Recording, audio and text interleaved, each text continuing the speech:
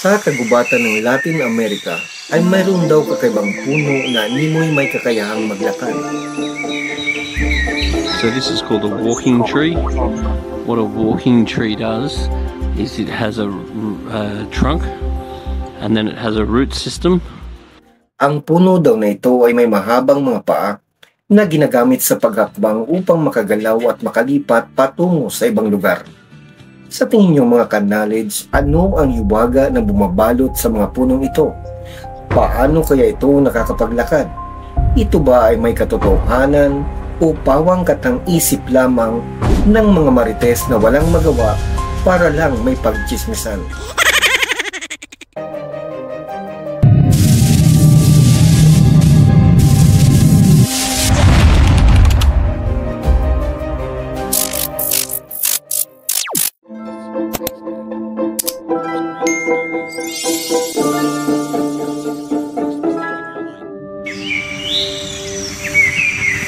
Socratia exoryza. Socratia exoryza, o mas kilala sa tawag na The Walking Palm. Ang puno na ito ay maaring lumaki hanggang 25 metro ang taas.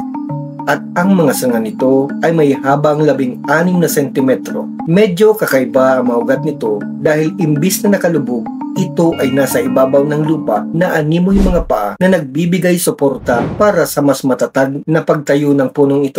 Taong 1980, isang kilalang Regent Professor at Cultural Anthropologist na si Dr. John H. Broadley na nagpatunay at nagsabi na personal daw niyang nasaksihan ang paglakad ng mahiwagang puno na ito. What? Siya nga pala, para sa mga hindi pa nakakaalam, ang Regent Professor ay isang pinakamataas at prestiyosong gantimpala na ibinibigay ng mga guro o professor na may malaking ambag sa pagtuturo at pagsasaliksik na makakatulong sa iba't ibang paaralan at universidad.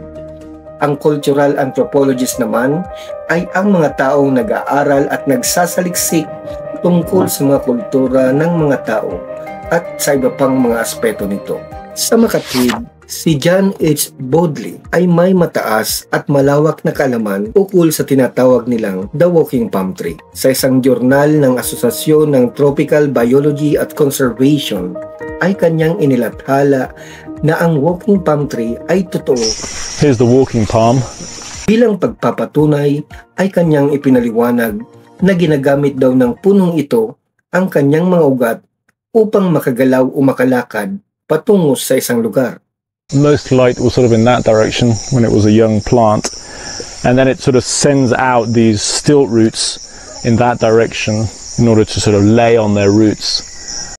Hanggang sa ngayon, marami ang nagsasabi, partikular na ang mga tour guide sa Latin America, na ang mga puno daw na ito ay nakakapaglakad ng hanggang sa 20 metro bawat taon. Samantala, bilang pagpapatuloy, alam niyo ba na may isa ding tanyag na biologist ang nagkaroon din ng masusing pag-aaral ukol sa kontrobersyal na punong ito? Siya ay si Dr. Gerardo Avalos, isang direktor sa Center of Sustainable Development Studies in Atenas na matatagpuan sa Costa Rica. Noong taong 2005, inilathala ni Dr. Avalos sa Biotropica, isang international scientific journal, ang kanyang mga pag-aaral tungkol sa The Walking Palm Tree. Kanyang hinimay ang mga impormasyon at masusing ipinaliwanag na ang kontrobersyal na punong ito ay hindi naman talaga naglalakad dahil kung ang ugat daw ng ibang mga punong kahoy ay tumutubo sa ilalim ng lupa, ang mga ugat naman ng Socratia exoryza ay tumutubo naman mula sa lupa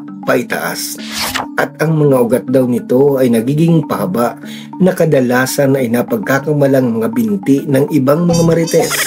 Namamatay lang daw ang mga ugat na hindi nasisinagan ng araw, subalit ito naman ay napapalitan ng mga bagong ugat na tumutubo sa bahaging nasisinagan ng araw. Ibig sabihin, kapag namatay ang ugat sa kaliwa ay nagkakaroon naman ng bagong ugat, ngunit binigyan diin ni Dr. Avalos na ang pinakapuno daw nito ay nasa permanenteng posisyon lamang.